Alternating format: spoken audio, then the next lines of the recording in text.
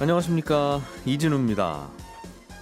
정부가 지하철과 버스를 모두 탈 수 있고 모두 할인되는 통합 정기권 도입을 추진합니다. 이 통합 정기권이 도입되면 지금보다 더 싸고 편하게 대중교통 이용이 가능해지겠습니다만, 문제는 이렇게 깎아주는 비용을 어디서 마련하느냐겠지요. 오늘은 이 얘기를 먼저 좀 해보겠습니다. 요즘 은행 대출 시장의 특징을 하나만 꼽으라면 금리가 자꾸 올라가고 있다는 것이고, 또 하나만 더 꼽아보라고 한다면 만기가 아주 긴 대출 상품들이 계속 나온다는 겁니다. 지난달부터 은행들이 최대 40년 만기 주택담보대출을 판매 중이고, 정부는 50년 만기 주택담보대출도 추진 중인데다가 신용대출의 만기도 점점 더 길어지고 있다는 건데요. 이렇게 대출의 만기가 길어지면 어떤 효과가 있고 어떤 장단점이 있는지 이 내용도 좀 들어보겠습니다. 최근에 밀 수출을 중단했던 인도가 이번에는 설탕 수출도 제한한다는군요. 어떤 속사정이 있는지도 들어보겠습니다. 5월 26일 목요일 손에 잡히는 경제 바로 시작합니다.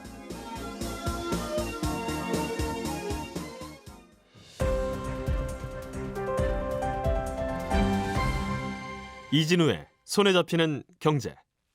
예, 오늘도 박세훈 작가, 김현우 소장, 한국경제신문 이슬기 기자 세 분과 함께 경제 뉴스들 정리해 보겠습니다. 세 분 어서 오십시오. 네, 안녕하세요. 오늘은 이슬기 기자님이 들고 오신 소식, 출퇴근할 때 지하철 버스 통합 정기권을 쓸 수 있게 된다. 네. 이게 뭡니까 정확히? 이게 지금은 지하철만 이용 가능한 정기권이 있는데 네. 이 통합 정기권은 지하철뿐만이 아니라 버스 환승까지 다 할인이 적용이 되는 그런 통합권을 얘기를 합니다. 근데 이거를 뭐 당장은 하겠다는 게 아니라 내년까지 도입하기로 하겠다는 거거든요. 예. 이제까지는 지하철역 가까이 사시는 분들은 지하철만 타도 되니까 그 지하철 정기권만으로도 이동이 가능한데, 이제 이 통합 정기권이 되면은 버스를 타고 지하철역까지 가서 그 지하철역에서 또 이동하는 분들이 모두 이제 통합이 돼서 할인이 되는 그런 정기권을 얘기를 하는 겁니다. 지금까지는 정기권이 지하철 정기권밖에 없으니까. 예. 그럼 지하철 정기권만 있으신 분은 지하철 버스 또는 버스 지하철 이렇게 연계해서 예. 환승을 하려면 환승 할인을 못 받았겠네요, 그러면. 환승 할인은 됐지만 그 네. 정기권은 이제 통합이 안 되니까 지하철 정기권이 굳이 있어도 버스를 또 따로 해야 되다 보니까 예. 굳이 정기권을 쓸 필요가 없는 거죠. 그냥 버스랑 지하철 환승 할인만 받으면 그게 더 유리한. 버스 타고 지하철 탈 거면 버스 탈 때 땡 했던 그걸로 그냥 지하철 타면 되니까 굳이 정기권 쓸 필요 없고. 예, 그렇습니다. 지하철 정기권으로 퇴근할 때는 정기권 쓰고 버스 탈 때는 또 냈어야 되는 거군요. 예, 그러니까. 그렇습니다. 네.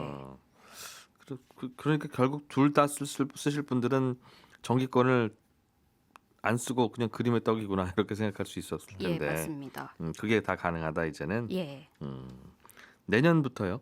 네, 당장은 아니고 내년을 이제 목표로 추진하고 있습니다. 결국은 그러면 교통요금이 줄어드는 건데, 쓰는 분들 입장에서는, 소비자분들 입장에서는 그럼 누군가는 덜 받을 거 아니겠습니까?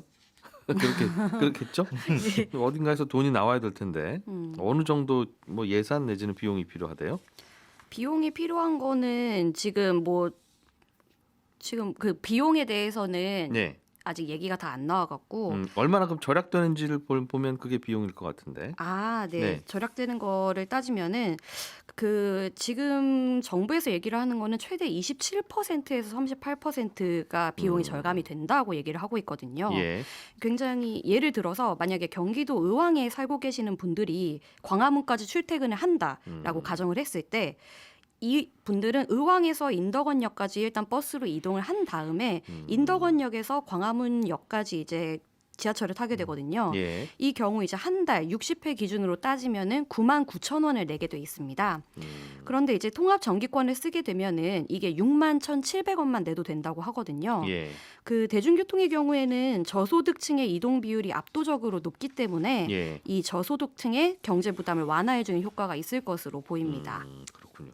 딱 이 경우에는 약 한 4만 원 정도 반올림하면 네. 매월 그 정도가 절약이 되는 건데, 예. 이거 도입 안 했으면 그 4만 원이 결국 버스나 지하철 회사로 예. 들어갔을 돈이고 네. 이걸 도입하는 순간 그 4만 원은 안 들어오는 거 아니겠습니까? 그럼. 그렇습니다. 그럼 어딘가에서 누가 보태주지 않으면 답이 안 나올 텐데 예. 이 산수를 어떻게 한대요?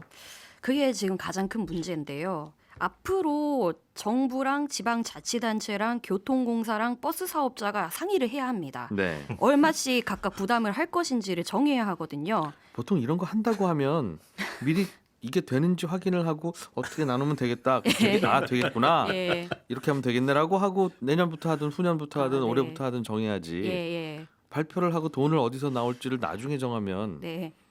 그 맞는 순서인지 모르겠어요. 좀 들어보죠 일단. 네. 근데 이게 보니까 정기권 도입할 때 항상 위에서 하겠다고 얘기를 하고 그제서야 이렇게 만드는 경향이 있더라고요. 이번에도 똑같은 건데 지금 문제가 서울교통공사랑 서울시내버스 사업자들이 만성 적자를 앓고 있다는 게 굉장히 문제입니다. 예. 지하철을 운영하는 서울교통공사가 지난해 적자가 1조 7천억 원이라고 하거든요. 또 서울 시내버스 업계는 통틀어서 작년 이제 코로나 때문에도 있지만 약 7천억 원의 적자가 난 상태입니다. 심지어 서울교통공사는 돈이 없다고 지난해 상반기에만 2조 원의 공사채를 발행하기도 했거든요. 예. 빚을 냈다는 거죠. 뭐 잊을 때 되면은 이제 노인들의 무임승차를 없애달라 얘기하는 것도 결국 이 적자가 커서 그런 건데요. 네. 이 적자를 또 이미 중앙정부랑 지자체가 지원을 해주고 있습니다. 그렇겠죠. 공기업이니까 결국은 예. 돌고 돌면 나랏돈. 예. 네. 결국은 세금을 더 올리거나 아니면 이제 지하철과 버스 요금을 다시 올리는 결과로 이어질 수 있다는 얘기가 나오는데요. 일각에서는 정기권 얘기가 지금 나오는 게 곧 대중교통 요금 인상을 앞두고 있어서 그런 것이 아니냐라는 예. 시각도 나오고 있습니다. 적자의 가장 큰 원인으로 꼽히는 게 서울시 대중교통 요금인데 예. 이게 2015년 이후 7년째 1,250원으로 동결이 돼 있거든요. 근데 요즘에 아무래도 이제 유가도 오르고 인건비도 오르니까 이 요금을 인상을 해야 될 것 같다라는 목소리가 굉장히 나오고 있고 이래서 6월 선거 이후에 서울시가 요금 인상에 나설 것이라는 관측이 나오고 있더라고요. 예. 그러니까 어차피 요금을 인상할 거 할인 혜택이라도 확대를 해야지 국민들의 반발을 완화할 수 있지 않겠느냐 이런 목소리가 나오고 있습니다. 우리가 백화점 세일할 때 사기 세일이라고 하는 게 있죠. 네. 왜냐하면 50% 세일입니다라고 가봤더니 어제까지 2만 원 붙여놨던 티셔츠 가격표를 4만 원으로 바꾼 다음에 예, 50% 할인해서 결국은 똑같이 2만 원에 파는. 예, 아니 그러면 이렇게 할인 혜택도 만들고 요금도 인상하면 이건 할인도 아니고 인상도 아니고 제일 어정쩡한 거 아니에요? 그렇죠. 네, 아무래도 예. 알겠습니다. 어쨌든 돈이 어디서 나오느냐가 문제다 제일. 그런 얘기입니까? 예, 그렇죠. 사실 이런 줄다리기가 이번이 처음이 아닙니다. 왜냐하면 아무래도 대중교통 자체가 서민의 발이라고 얘기를 하지 않습니까? 예. 그래서 정권이 바뀌면 새로 들어선 정부마다 항상 정기권 공약을 내거든요. 또 수도권으로 나가는 사람들이 대부분 집값 때문에 밀려나가는 경향이 있기 때문에 공공이 지원하는 것에 대한 명분도 있고 예. 그러다 보니까 이제 문재인 전 대통령도 후보 시절에 교통비를 줄여주는 알뜰 교통카드 공약을 낸 적이 있습니다. 이게 뭐냐면 대중교통 이용을 위해서 걷거나 자전거 탄 거리를 포인트로 환산을 해서 적립을 해주고 이걸 나중에 환급을 해주는 제도인데요. 나중에 가서는 서울시가 지방비가 부족하다고 가입을 막더니 급기야는 환급을 중지시키는 사태가 일어나기도 했습니다. 뭐 한때는 이제 서울시가 재정 지원이 없는 정기권 도입도 검토를 해봤지만 역시 합리적인 가격이 도출이 안 돼서 무산된 적도 있다고 합니다. 그러니까 이렇게 툭툭 정책을 내놓는 것도 하지 말아야 되고 모르겠어요. 자, 가끔씩은 이렇게 이제 정치인들이 선거 때 돼서 이제 이런 정책을 내놓는데 우리는 그 정책을 보고 이거 좋은 건지 나한테 유리한 건지 아닌 건지 그냥 판단하고 좋은 것 같으면 또 찍어주고 이제 이러니까 악순환인 건데 예. 최소한 그동안 정치 경력이 있던 유력 정치인이 여든 야든 공약을 내놓으면 당신 현직에 있을 때는 뭐 했냐 그럼 이거 공약 안 하고 그러니까 여당이 그러면 아니 여당인데 왜 그걸 못하고 지금 선거 때 갖고 왔냐 아니면 야당이면 야당이라도 국회에서 입법권이 있고 있는데 그동안 무슨 노력하다가 이제 와서 선거 때나 이런 거 한다고 하냐 네. 이런 질문을 해야 이거 선거 때 닥쳐서 갑자기 하면 혼나는구나 이걸 알고 좀 뭔가 체계적으로 돌아갈 텐데 알겠습니다. 김현우 소장님 잘 들으셨죠? 알겠습니다. 박 작가님, 네. 예, 인도가 밀 수출 금지에 이어서 설탕 수출도 안 하기로 했다고. 그렇습니다. 요새 이런 소식 전하기가 왠지 죄송할 정도인데 인도가 밀에 이어서 이번에 설탕 수출 덜 하겠다고 발표를 했습니다. 다만 예. 밀처럼 완전 수출 금지 이건 아니고요. 작년 10월부터 올해 9월까지의 총 수출량을 1,000만 톤으로 제한을 하겠다는 겁니다. 네. 왜 작년 10월부터 9월까지냐면 인도의 회계 연도가 그렇게 잡혀 있어서 그렇고요.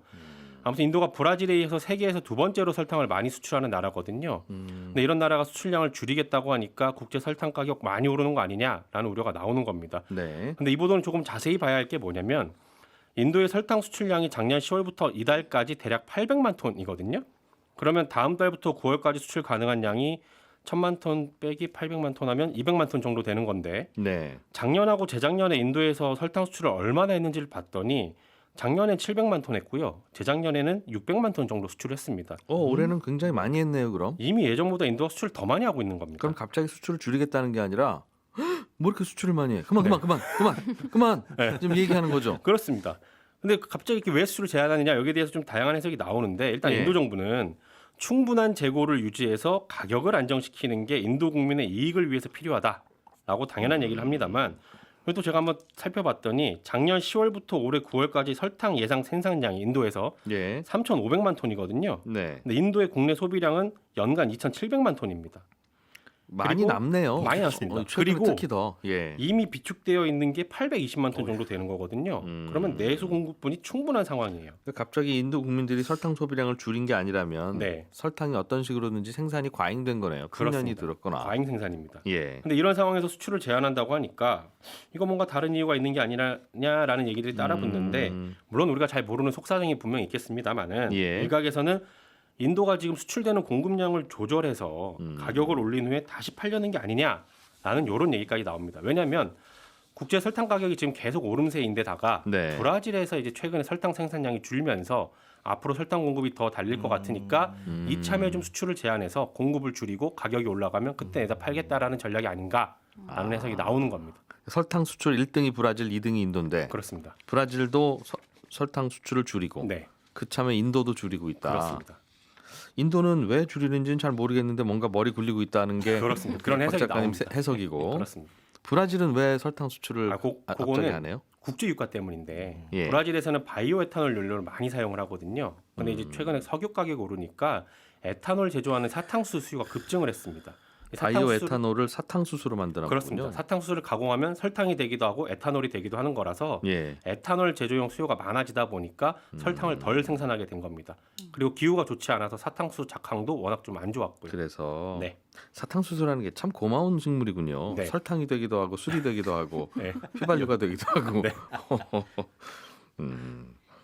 우리나라는 별 영향 없습니까? 인도에서 혹시 설탕 수입 많이 안 해요? 많이 안 합니다. 우리나라의 1년 설탕 소비량이 대략 한 130만 톤 정도 되는데요. 예. 그중에 한 11만 톤 정도 수입하거든요. 근데 11만 톤 중에 인도에서 가져오는 건 500톤 정도. 비중이 매우 작습니다. 근데 이제 인도가 수출을 어쨌든 제한을 하게 되면 심리적인 영향으로 가격이 오를 수도 있고요. 예. 또 인도 설탕 수입하던 국가들이 다른 데서 수입을 하게 되면 그 영향으로 또 우리가 수입하는 설탕의 가격도 영향을 받을 수는 있습니다. 그렇군요. 자, 김현우 소장님. 네. 요즘 대출 해주는 은행들 유행이 예. 만기가 긴 걸 자꾸 만든다. 그렇습니다. 갑자기 왜 이러냐? 예. 고령화 시대의 반영이냐? 그럴 수도 있겠네. 왜 그러냐? 속사정을 들어보면 네. 대출 규제 때문이다. 맞습니다. 그런데 우회해서 대출은 좀 해주고 싶고 예. 그러다 보니 자꾸 꼼수 아닌 꼼수를 쓰고 있다는 거죠. 그렇죠. 음. 이게 LTV는 완화한다고 했습니다. 주택담보대출 인정 비율, 그러니까 집값이 뭐 얼마냐에 따라서 달라지는데 이게 이제 80%까지 최대로 올리겠다. 그럼 대출 더 많이 해주는 건데 문제는 DSR 소득 대비 나가는 대출은 규제를 그대로 두다 보니까 예. 요 규제 안에서 어떻게 하면 대출을 좀 더 많이 해줄 수 있을까를 고민하고 있는 건데 음. 얼마 전에 이제 지난달까지만 하더라도 시중은행에서 40년 만기 주택담보대출이 출시돼서 지금 판매가 되고 있습니다. 네. 그런데 정부에서 보금자리론 같은 정책 대출 이런 것들을 만기를 50년까지 늘리겠다. 이걸 이제 검토하고 있어요. 만기가 길어지면 뭐 할부 길어지는 거니까 매달 예. 내는 원리금 상환 부담액이 줄어들겠죠. 특히 이렇게 원리금 중에서 이자야 어차피 똑같은데 그렇죠. 원금 상환 부담액이 줄어든다. 네. 40년 대출은 원금을 40년에 잘라 갚는 거고 그렇죠. 50년 대출은 50년에 잘라 갚는 거니까 맞습니다. 더 잘게 잘라 갚도록 하면 매달 나가는 돈 자체가 좀 줄어들고 그게 이제 연간으로 합쳐 보면은 더 줄어들게 되니까 연봉 대비해가지고 대출이 더 많이 늘어나는 효과가 있고 이렇게 해서 40년, 50년 이렇게 만기가 길어지고 있는데 네. 만기가 이렇게 길어지게 되면은 소득이 올라가는 효과가 있잖아요. 그러니까 똑같은 금액의 대출, 저 연봉이라고 하더라도 네. 더 많이 받을 수 있으니까. 그러니까 이게 규제가 이상한 거예요. 예를 들면 어떤 분한테 네. 작년까지만 해도 네. 이분한테 3억이나 빌려주면 안 됩니다. 이분 연봉이 이거밖에 안 되는데 그렇죠. 이거를 30년에 잘라 한다고 하더라도 한 달에 이게 원금을 얼마나 갚아야 돼요? 네. 안 됩니다. 그러다가 길게 그러면 빌면 됩니다. 잠깐만요. 그러면 그럼 좀 길게 빌려드리면 안 되겠습니까? 그럼 한 60년에 잘라 갚으면 네. 될 수 있을 것 같은데 음. 그럼 좋은 아이디어군요 하고 또 빌려주는 게 이게 이- 얼마나 우스워요. 이게 대출 총량은 늘어나기는 하는데 사실 거기에 이제 초점을 맞춘 것 같아요. 총량보다는 대출 가계 대출의 총량이 늘어나고 줄어나고 이거보다는 이 사람이 매달 갚을 수 있느냐 가처분 소득 내에서 예. 그러니까 200만 원 버는 사람한테 한 달에 150만 원씩 빚 갚으세요. 라고 하면 못 갚겠지만 15만 원씩 내세요. 대신 길게 평생 동안 이라고 하려면 삶의 무리는 없으니까 다만 이제 총 내게 되는 이자는 그만큼 많이 늘어나기는 하겠죠. 네. 그래서 이렇게 늘리고 있기는 한데 글쎄요 이게 뭐 대출을 받기 위해서 편법 내지는 꼼수 같기는 하지만 이렇게 되고 있습니다. 근데 지금 이렇게 40년에서 50년으로 늘어나게 되면 주택담보대출 금리를 한 4%로 가정을 해보니까 연봉이 8% 정도 늘어나는 효과가 있더라고요. 그러니까 가만히 있어도 내가 만기를 40에서 50년으로 늘렸다. 그러면 연봉이 한 8% 늘어났다. 이렇게 생각을 할 수 있겠죠. 다만 이제 그 정부에서 고민하고 있는 디딤돌이나 보금자리론 같은 경우에는 원래 DSR 산정 대상이 아닙니다. 네. 그런데 앞장서서 이렇게 내놓는 건 정부가 이렇게 장기 대출을 내놓다 보면 시중은행들도 따라서 비슷한 상품을 출시하니까 그걸 기대하고 시장에서 50년짜리 대출이 나올 걸 유도하는 차원에서 먼저 내놓고 있다 이렇게 보고 있습니다. 그러니까 가계부채 늘어난다고 하니까 자꾸 국민들은 걱정하고 그럼 숫자는 좀 줄여야 되니까 원금을 좀 나눠 갚도록 규제를 하는데 네, 그렇죠. 원금을 나눠 갚도록 규제를 하면 대출을 조금밖에 못 해주고 맞습니다. 그러면 월급 적은 게 죄냐라고 또 그런 여론이 나오니까 그럼 만기를 또 길게 늘려가지고 대출을 더 해주고 그렇죠. 이럴 바에야 그럼 차라리 거치식 대출을 할 수 있게끔. 그러면 차라리 애초부터 원금을 나눠 갚지 않아도 되도록 하면 사실상 이게 만기 뭐 200년 만기 300년짜리 대출이랑 비슷한 거니까요. 맞습니다. 둘 중 하나는 포기하든가 해야 되는데 그때 네. 이 여론이면 저렇게 하고 저 여론이면 이렇게 하고 정책하시는 거 보면 불쌍하기도 하고 아니면 때로는 보면 출근길에 보면 쉬운데. 선거 유세 차량이 많이 보이는데 아침에 많이 보고 오셔가지고 배가 많이 고프신 것 같아요. 예 신용 대출 있죠? 예, 이거는 예. 그냥 담보 없이 그렇습니다. 직장인이면 월급 보고 그냥 빌려주는 거. 네네. 이것도 만기가 계속 늘어나고 있습니까? 늘어나고 같은 있습니다. 이유로? 예, 같은 이유로 늘어나고 있는데 신용대출 같은 경우에는 실제 만기가 5년 이내인 경우에는 그냥 다 5년으로 보고 계산을 합니다. 예. 원리금 상환액을. 근데 이걸 이제 은행에서 10년짜리 대출로 내보내고 있는데 5년보다 길면 실제 대출 만기를 계산하는 거예요. 이거 쉽게 예를 들어서 1,000만 원을 제가 2년 만기 대출로 받았다. 신용대출로 받았다. 그러면 예. 그냥 5년으로 계산하고 1,000만 원 나누기 5 해가지고 연간 대략 한 200만 원씩 갚는다. 한 달에 대략 한 20만 원 정도. 그렇죠. 예. 그렇게 뭐 이자 포함하면 그 정도 될 텐데 그렇게 계산을 하는데 10년 만기 대출로 실제 상품을 출시를 하게 되면 예. 2천만 원 나누기 10 해가지고 1년에 10만 원 정도, 한 달에 대략 한 8만 5천 원 정도 갚는다. 이렇게 계산이 나오는 거죠. 이걸 좀 더 빌려주고 싶거나 그러면 20년 만기로 바꾸면 되네요. 그렇죠. 좀 더 빌려주고 싶으면 40년 만기로 하면 아 되고. 근데 그게 무한정 늘어난다고 해가지고 예. 점점점 줄어들진 않습니다. 일정 금액에 수렴을 해요. 왜냐하면 이자가 포함되어 있기 때문에 그 이자만큼은 특히나 이자가 높을수록 수렴해서 뭐 무한정 길어지는 거는 의미가 없겠지만 네. 말씀하신 것처럼 조금 더 길어지면 아니 이게 실제로 효과가 어떤 북유럽의 어떤 나라는 그래서 네. 만기가 100년 넘어가는 맞습니다. 대출도 나왔대요. 예. 그게 이거는 뭐냐고요, 그게. 자손한테 넘겨줄 수 있는. 예. 사실은 우리나라도 그렇거든요. 우리나라도 대출을 끝까지 갚는 경우는 거의 없어요. 주택담보대출을 중간에 집을 파시죠. 어떤 맞습니다. 식으로든. 한 5년에서 8년 사이에 갚는 걸로 조사가 됐는데 중간에 다른 대출로 갈아타거나 집을 팔고 대출을 다 상환하거나 이런 케이스들이 많이 있어서 예. 이 실제 만기가 이렇게 길어지는 게 무슨 의미가 있다라는 생각이 그런 들긴 겁니다. 합니다. 예. 큰 의미는 없는 건데. 네. 밥을 좀 적게 먹으려고 해서 숟가락을 작은 걸로 커피 스푼으로 먹어봐야 오래오래 그 밥 다 먹으면 네. 결국 마찬가지 급하게 먹지 말아라는 것 같은데 똑같죠. 같은 얘기죠. 만기를 늘리는 것도. 네.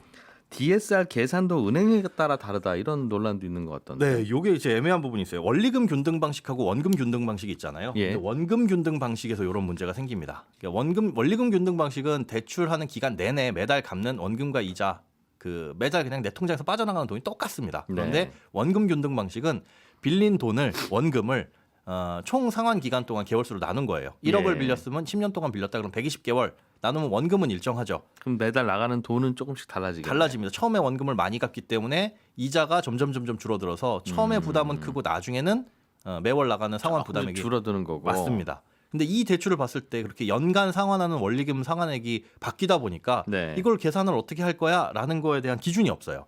그래서 어떤 은행에서는 이걸 전체적으로 총 내는 돈, 당신이 만기 대출 만기까지 처음부터 끝까지 내는 돈이 원금과 이자 합계가 얼마야? 나누기 기간 이렇게 해가지고 그냥 평균 내는 은행이 있고 네. 그렇지 않고 실제 첫 해년도에 빠져가는 원금과 이자가 얼마야? 그걸 가지고 DSR에 계산하는 은행이 있다 보니까 예. 여기서 이제 대출의 한도가 뭐 넘게 뭐 1억 원 넘게까지 차이가 나는 경우가 실제로 발생을 하고 있어서 그럼 똑같은 연봉, 똑같은 대출, 똑같은 이자율이라도 은행 따라서 대출 나오는 금액이 다르다는 거죠? 네네. 어떤 은행이 적고 어떤 은행이 많은지도 혹시 조사가 되셨습니까? 하나은행이 지금 적게 나오는 은행으로 확인이 됐고요. 국민신한우리은행은 그럼 예. 조사만 되셨냐고 여쭤봤더니 그걸 굳이 그래서 이거는 뭐 은행이 잘못한 건 아니라서 계산 은행 방식이 다르니까. 예. 은행 뭐 연합회에서 말씀하신 김에 그럼 국민신한 우리가 가면 대출 더 해주고 예. 하나는 대출 안 해준 좀 덜 해준다. 그렇습니다. 계산 방식이 달라서. 그렇습니다. 원금 균등 방식에 대해서 그렇고 예. 이것도 곧 아마 은행 입장에서는 이제 파악을 했으니까 바꿀 것 같고요. 은행 연합회에서도 이 부분에 대한 기준은 좀 마련을 해서 혼란이 없도록 해야 될 것 같다라는 의견을 비치고 있습니다. 이게 뭡니까? 도입한 지 한참 됐는데. 사실 원금 균등 방식을 잘 대출을 안 받다 보니까 예. 그런 것 같아요. 대부분 이제 원리금 균등 방식으로 받으시는데 네. 원금 균등으로 받으면 이자가 총 내는 이자가 좀 적다라는 장점이 있는데 이 부분이- 원리금 균등과 원금 균등으로는 대출 금액 차이는 없어요? 네 그렇습니다. 아, 그건 괜찮고. 네네. 알겠습니다. 또 그런 사연이 있네요. 예, 저는 11시 5분부터 이어지는 손에 잡히는 경제 플러스에서 또 한 번 인사드리겠습니다. 이진우였습니다. 고맙습니다.